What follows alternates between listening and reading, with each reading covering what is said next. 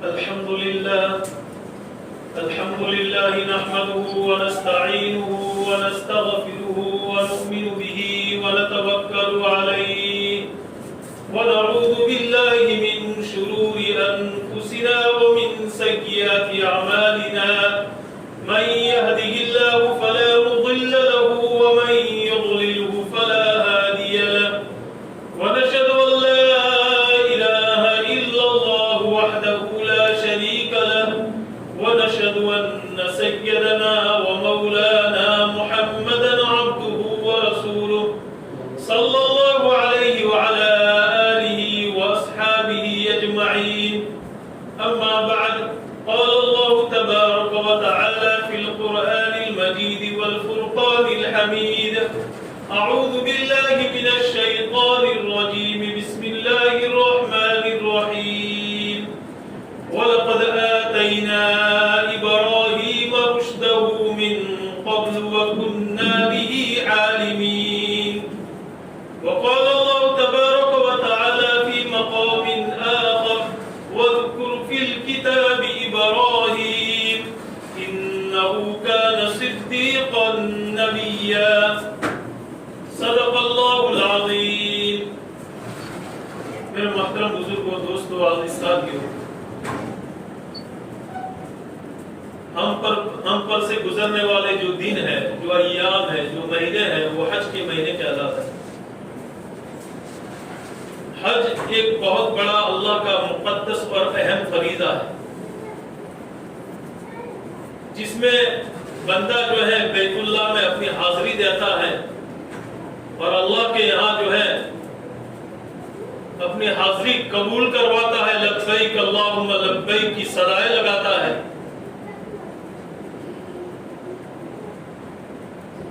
اللہ سے دعا کرے کہ جو ہے اللہ تعالی ہمیں بھی جو ہے حرمین شریفین کی زیارت سے مشرف فرمائے.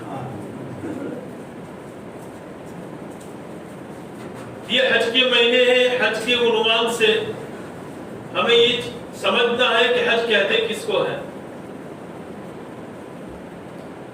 حج کو سمجھنے سے پہلے حضرت سیدنا ابراہیم علیہ السلام کی کچھ سیرت جب تک ہمارے سامنے نہیں ہوگی، جب تک حج کا فریضہ کما حق کا وہ ہم سمجھ نہیں سکتے. حج نام ہے ابراہیم علیہ السلام کی اداؤں کا. حج نام ہے ابراہیم علیہ السلام کی وفاؤں کا. حج نام ہے ابراہیم علیہ السلام کی گھرانے کی قربانیوں کا. اس میں حضرت ابراہیم علیہ السلام کی جانب سے اللہ کی بارگاہ میں انہوں نے ایسے اعمال کیے ہیں اور ایسے اعمال کے کرنے میں ایسا اللہ کا احترام کیا ہے اور وہ اعمال اللہ نے ان سے ایسے کروائے ہیں کہ اللہ کو وہ اعمال اتنے پسند آئے، اتنے محبوب ہوئے کہ جب تک دنیا رہے گی اور بیت اللہ کا حج ہوتا رہے گا، ہر وہ آدمی جو حج کو جائے گا ابراہیم علیہ السلام کی اداؤں کو ادا کرے گا. جب تک وہ ادا نہیں ہوگی اس کا حج مقبول نہیں ہوگا.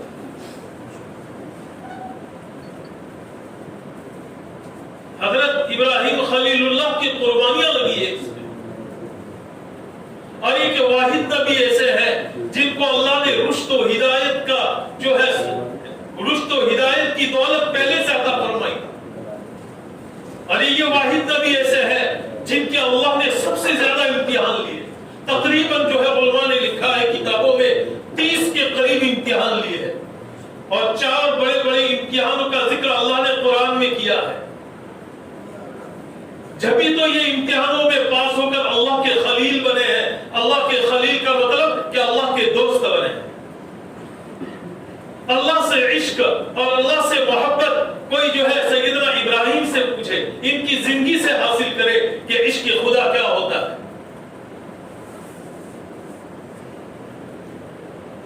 اس لیے ہمیں کچھ جو ہے مختصر خاکہ ہمارے سامنے رکھا جائے گا سیدنا ابراہیم علیہ السلام کی جو ہے مختصر سی سیرت. بلکہ پورا حج اور حج کے بعد جو ہے قربانی اور عید کا دن، یہ ساری کی ساری جو چیزیں ہیں اور تکبیر تشریف یہ جو پڑھی جاتی ہے، وہ ساری چیزوں کا ملجا اور منبع اور بنیاد کہ والسلام سے.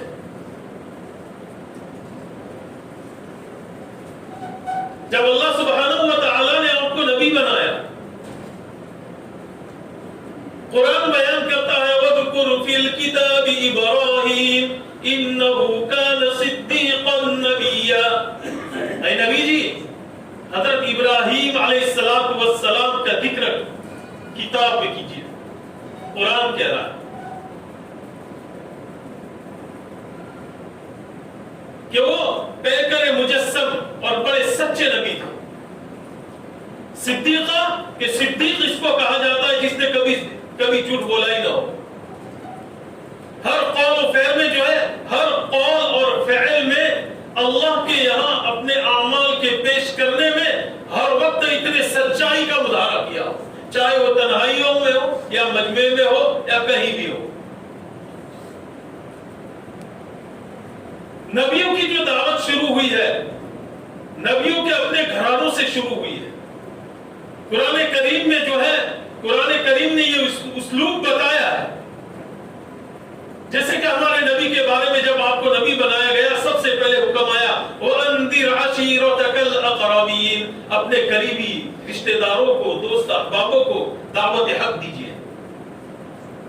اسی طرح ابراہیم علیہ السلام کو سب سے پہلا یہی حکم ملا کہ اپنے گھر والوں کو دعوت دیجیے. آپ جو ہے اپنے باپ سے خطاب کرتے ہیں، اس پیارے انداز سے خطاب کرتے ہیں.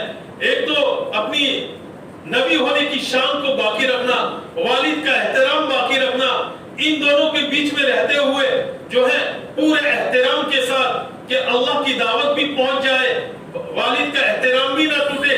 ان دونوں کے بیچ میں جو ہے آپ نے یہ وہ اسلوب جو ہے اختیار کیا ہے جو اللہ کو پسند آ گیا.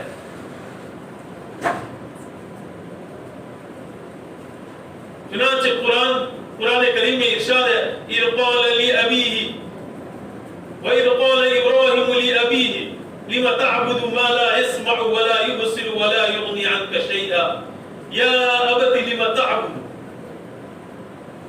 یا ابتی وہ جو ہے احترام کا لفظ ہے عربی میں.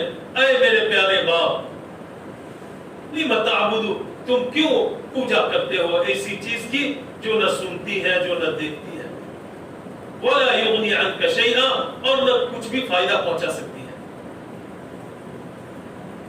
کہہ رہے کہ میرے باپ، یا ابتی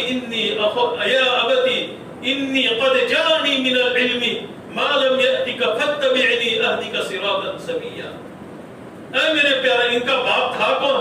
ان کا باپ نام آزر ہے. وہ خود بتوں کو تراشنے والا ہے، بتوں کو بنانے والا. وہ بڑا کٹر تھا. اس لیے کہتے ہیں نا، کبھی اللہ کی شان تو دیکھے، کبھی اللہ تعالیٰ کبھی جو ہے شیطان کے گھر میں ولی پیدا کر دے اور ولی کے گھر میں شیطان پیدا کر دے. یہ حضرت ابراہیم علیہ السلام کا یہ معاملہ ہے کہ باپ جو ہے بڑا مشرک کٹر ہے، اور لوط علیہ السلام کے گھرانے میں دیکھیے کہ ان کی عورت بڑی کٹر ہے، ہر وقت مخالفت کی بات کرتی ہے. یہ اللہ کی شان ہے. آپ گویا ہوئے کہ میرے پیارے باپ، میرے پاس ایک علم آیا ہے، علم وحی آیا ہے. اس علم کی روشنی میں آپ میرا اتباع کیجئے، اس راستے کو اپنائیے، اللہ تعالیٰ آپ کو کامیابی سے نوازے گا، سیدھا راستہ عطا فرمائے گا.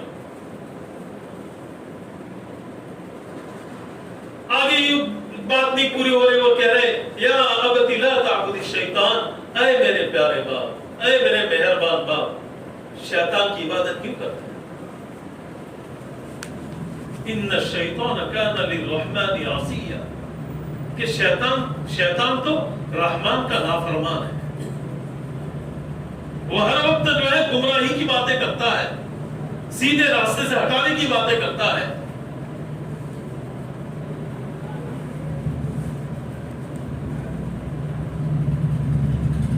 پھر ابراہیم علیہ السلام جو ہے اچھے طریقے سے اور اچھے اسلوب سے دعوت حق کو جو ہے ان کے سامنے رکھتے ہیں، تو ان کا باپ بگڑ جاتا ہے. یا ابراہیم اعرض عن ھذا، اے ابراہیم مجھے چھوڑ دے میرے حال پر، لئن لم تنتهِ لأرجمنك واهجرني مليا، اگر تو اس بات سے باز نہیں آیا اور اس بات سے پیچھے نہیں ہٹا تو میں تجھے سنسار کر دوں گا، پتھر مار مار کر تجھے ختم کر دوں گا۔ یہ اسلوب ہوتا ہے جب جاہلانہ لوگ جاہلانہ باتیں کسی ذی علم اور علم والے اور مستعد اور اللہ والے سے کرتے ہیں، تو اللہ والوں کا یہ اسلوب ہے کہ ان کے جواب میں وہ ہر دھرمی پر نہیں اتر آتے جیسے کہ سامنے والا اور جاہل آدمی ہر دھرمی پر اتر آتا ہے۔ اللہ نے اسلوب ان ایمان والوں کی صفات کو ذکر کرتے ہوئے کیا ہے جو اللہ کو یاد کرنے والے ہوتے ہیں۔ اللہ تعالیٰ فرماتے ہیں قال سلام علیکم وَإِذَا خَاطَبَهُمُ الْجَاهِلُونَ قَالُوا سَلَامًا، کہ جب جاہل لوگ ان اللہ والوں سے مخاطب کرتے ہیں اور بحث و مباحثہ میں اترتے ہیں تو لوگ کیا کہتے ہیں؟ السلام علیکم، ہم بحث میں پڑھنا نہیں چاہتے۔ اچھائی کا جواب برائی کا جواب اچھائی سے دیتے ہیں۔ تو ابراہیم علیہ السلام نے بھی یہ اسلوب اپنایا، سلام علیکم سأستغفر لك ربی انه كان بی حفیہ، اے میرے باپ میں آپ کو سلام کرتا ہوں، آپ کو جو ہے چھوڑ دیتا ہوں، آپ اپنے راستے پر رہیں، لیکن میں اللہ سے آپ کے صحیح راستے پر آنے کی استغفار کرتا رہوں گا، توفیق مانگتا رہوں گا۔ آپ جو ہے اپنے گھر چھوڑ دیا اور وہاں سے نکل گئے۔ اب سگا والد ہے، اب والد کے پورے نظریات پورے جو ہے مشرک اور جو ہے توحید کے خلاف ہے۔ سارے اسلوب حضرت ابراہیم علیہ السلام نے اپنائے ہیں، لیکن باپ نے دعوت حق کو قبول نہیں کیا، تو ایسے انداز سے الگ ہو رہے ہیں کہ جس میں باپ کا احترام بھی نہیں ٹوٹتا ہے، اور ایک سلام کر کے اور ان سے دعائیں کرنے کی جو ہے دعائیں میں کروں گا ایسے الفاظ کہہ کر کے الگ ہو رہے ہیں۔ آپ کی دعوت اپنے گھرانے سے شروع ہوئی اور اس تقریر کو قرآن نے بڑے اچھے انداز میں بڑے اچھے اسلوب میں جو ہے بیان کیا ہے۔ پھر آپ اپنے گھر سے نکل کر کے عمائدین سلطنت، وزراء اور حکومت کے جو بڑے بڑے عہدیدار ہوتے ہیں، بڑے بڑے وزیر ہوتے ہیں، ان کے سامنے تقریر کو پیش کرنا چاہا کیونکہ نبی تھے۔ ما هذه التماثيل التي انتم لها عاكفون، ایک دن جو ہے سب جمع ہوئے تھے، ابراہیم علیہ السلام پہنچ گئے ان کے بت باڑے میں اور کہنے لگے یہ بت کیا چیز ہے جس کے سامنے تم جھکتے ہو؟ تو ان کے پاس تو ایک ہی جواب ہوتا تھا، جاہلانہ جواب، قالوا بل وجدنا آباءنا، بلکہ ہم نے اپنے باپ داداؤں کو اسی پر پایا ہے۔ ان کی کوئی اس بارے میں کوئی پختہ دلیل نہیں تھی۔ ابراہیم علیہ السلام کہہ رہے ہیں کہ یہ بت کیا کام کے کہ جب ان کے اوپر مکھی بھی بیٹھ جائے تو مکھی کے اڑانے کی بھی طاقت نہیں رکھتے ہیں، یہ ان کے سامنے کھانے رکھے ہوئے وہ خود اپنا کھانا نہیں کھا سکتے ہیں، اور یہ کہ خدا کو خود بنایا جاتا ہے یا خدا کو سب کو بناتا ہے، طرح طرح کی باتیں جو ہے ان کے سامنے، وہ لوگ خوشیاں میں ہو گئے اور پھر کہہ دیا کہ میں تمہارے معبودوں کے ساتھ چال چلوں گا۔ اتنی بات کر کے ہٹ گئے، اور کچھ وقفے کے بعد قوم کے اندر، اور وہ جو نمرود تھا نا، وہ نمرود 4 بادشاہ اسے گزرے ہیں جن کی پوری دنیا میں سلطنت قائم رہی۔ ذوالقرنین جو مسلم ہے، اور حضرت سیدنا سلیمان علیہ السلام، بخت نصب اور نمرود کہ جن کی حکومت میں سورج اگتا تھا اور سورج ڈوبتا تھا۔ اس وقت کی جتنی بھی زمین تھی نمرود کی بادشاہ چلتی تھی، اہل تاریخ نے لکھا ہے اس پر۔ اتنے بڑے بادشاہ کے سامنے بے باکی سے اعلان توحید کرنا بڑا جرأت مندانہ کام ہے۔ چنانچہ جو ہے چال چلنے کا دن آ گیا، قوم کا مذہبی میلہ آ رہا تھا، لوگ مذہبی میلے کے لیے جو اپنی بستی کو چھوڑ کر کے باہر میلے میں جاتے تھے۔ ابراہیم علیہ السلام اس موقع کو جو ہے، اس موقع کو پہلے سے جو ہے رکھے ہوئے کہ کوئی ایسا موقع آئے جس میں ساری قوم کے لوگ سب جمع ہو جائے، اس وقت میں اللہ کی توحید ان کے سامنے بیان کروں۔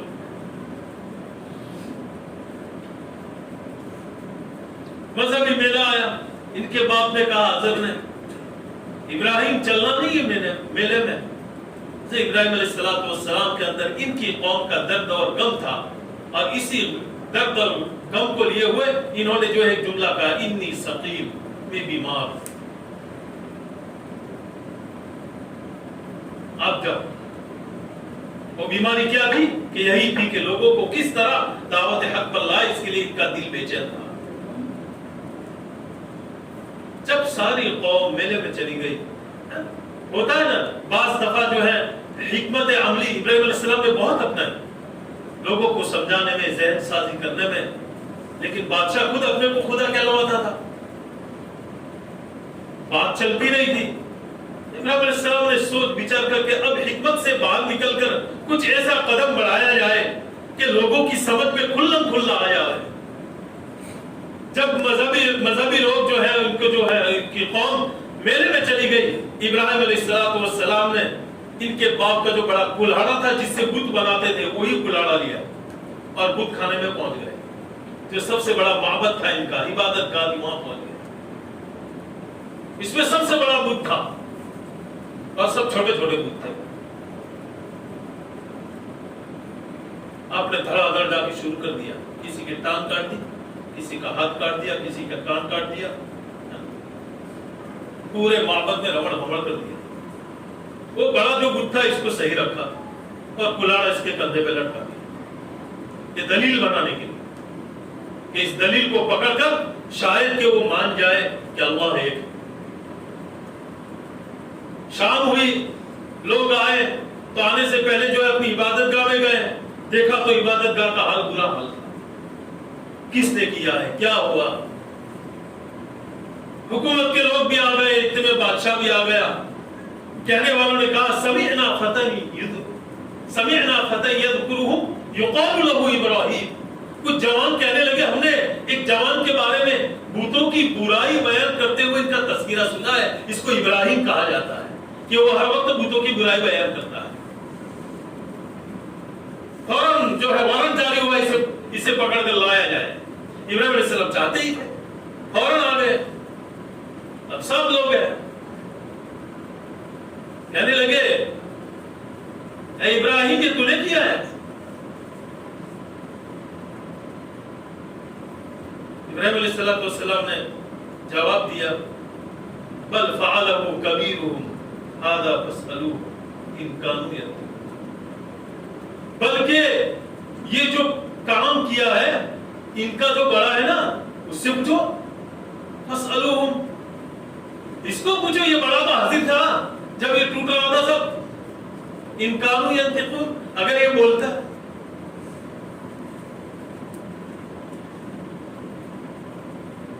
قال کبیرہم، لوگ کہنے لگے اب جواب نہیں بن پا، پھر بھی کہا کہ یہ بولنے والا کہاں ہے، وہ تو بولتے نہیں ہے۔ تو ابراہیم علیہ السلام فوراً کہا کہ جو بولے نہیں، جو ان کے سامنے پڑا ہوا کھانا نہ کھائے، ان کے اوپر بیٹھی تک کی مکھی نہ اڑا پائے، تم ایسوں کی عبادت کرتے ہو؟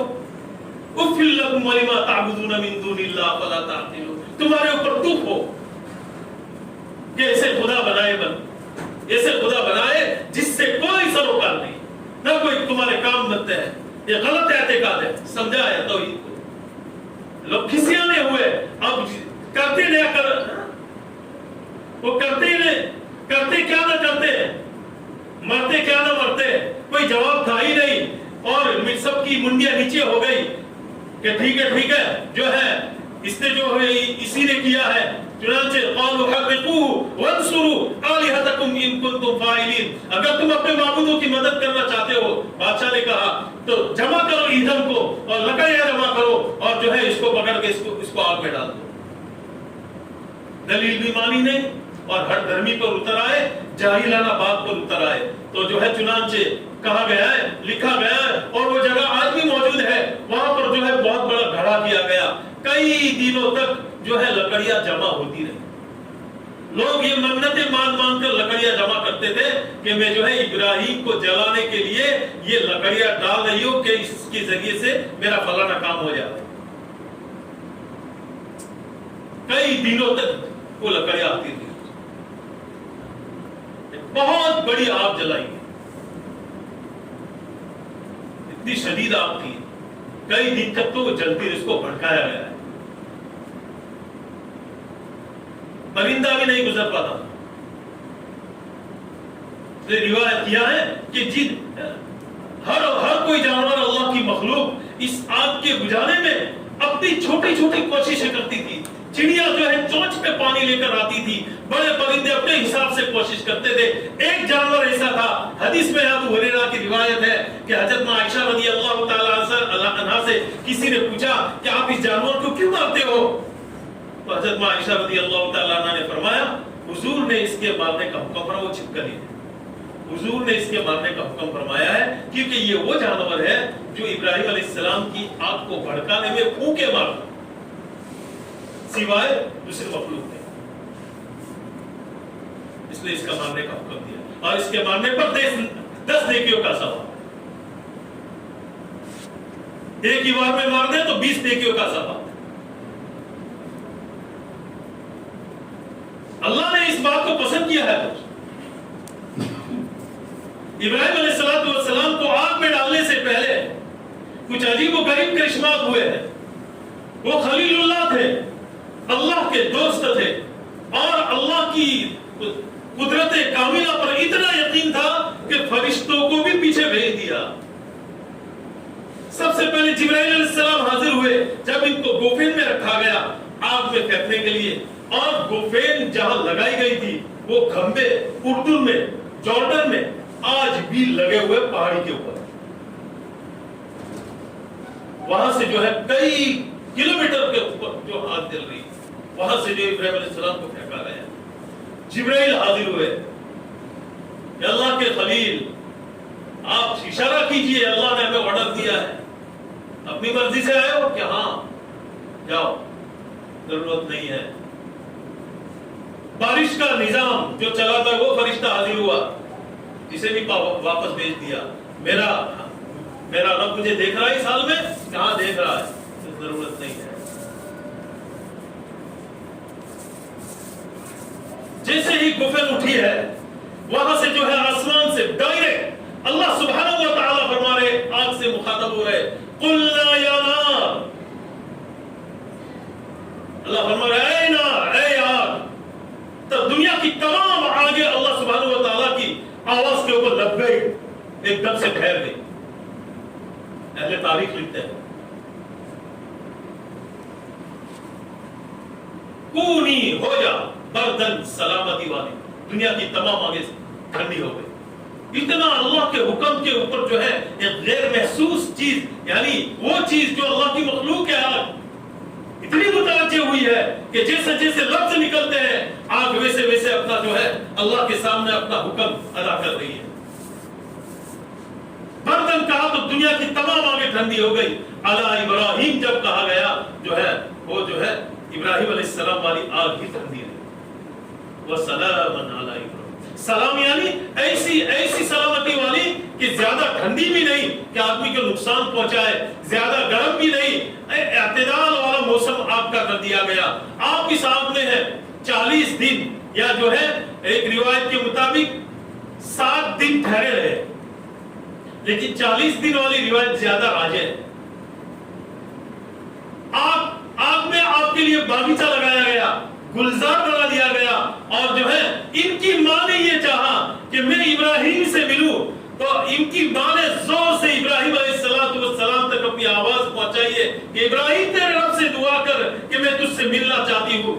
حضرت ابراہیم علیہ السلام نے دعا فرمائی, ان کی والدہ اس آگ میں گئی ہے, ابراہیم علیہ السلام سے ملی ہے, مل کے واپس آئی ہے. میرے محترم بزرگوں اور دوستو, دیکھو آگ نے ہر اس چیز کو جلایا ہے جو جلنے کے قابل تھی, یعنی جلائی تو ابراہیم علیہ السلام کے لیے, لیکن ابراہیم علیہ السلام کو بندھی ہوئی رسیاں چل چکی تھی, ہاتھ کے اندر ایک خروش بھی نہیں آئے, ایک جلن بھی نہیں پیدا ہو.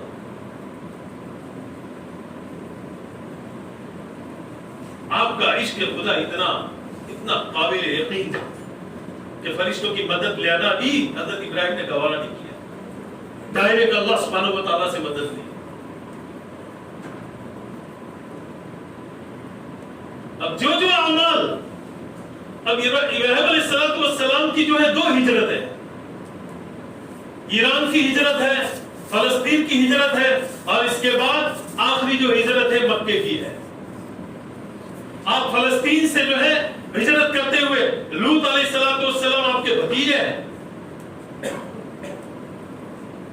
وہاں پر جو ہے جو شہر لکھا ہے بابل سے پہلے، یعنی جو پہلے جہاں رہتے تھے وہاں لوگ ستاروں کی پرست کرتے تھے۔